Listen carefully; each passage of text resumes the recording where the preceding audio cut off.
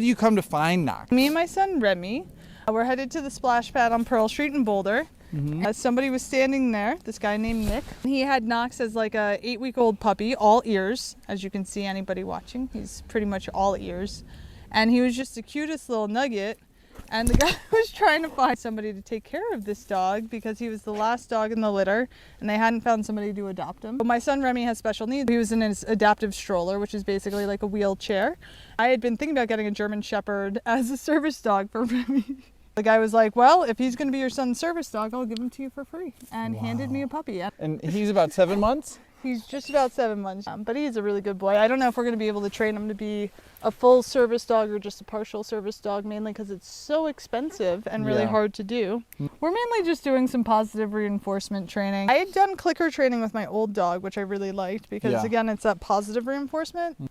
That's what I try and do with him instead of constantly. Otherwise, I feel like I'll just spend my entire life being like, no, Knox, stop it. Just trying to reward. It's like anything. Even as like a practitioner, I always say, focus on the good foods you want to eat instead of taking out the bad foods. Focus on the good behaviors. The bad sort of drops away because they realize that the good is rewarded.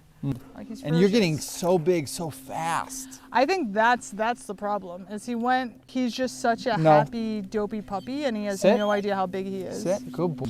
I think it's a combination of training and like proper exercise and also socialization. One of the big things for him has been getting him to the dog park and letting him wrestle and play with other dogs for multiple reasons. A, because it helps him sort of wear out that energy and he enjoys it more than anything else we do.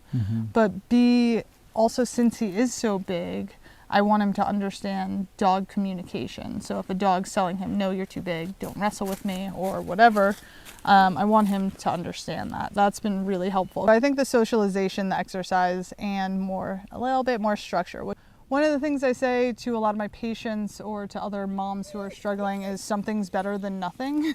And it sounds sort of dismissive, but every little bit, I find that if I can work with Knox for 5 minutes twice a day, that makes a huge difference. I tell my patients, like, if you can meditate for 2 minutes once a day, whatever it is, whatever little incremental steps you can take in the direction of health or positive training for the dog, I think really goes a long way. Instead of getting overwhelmed with the big picture and the end goal, just focus on what little things can I do today.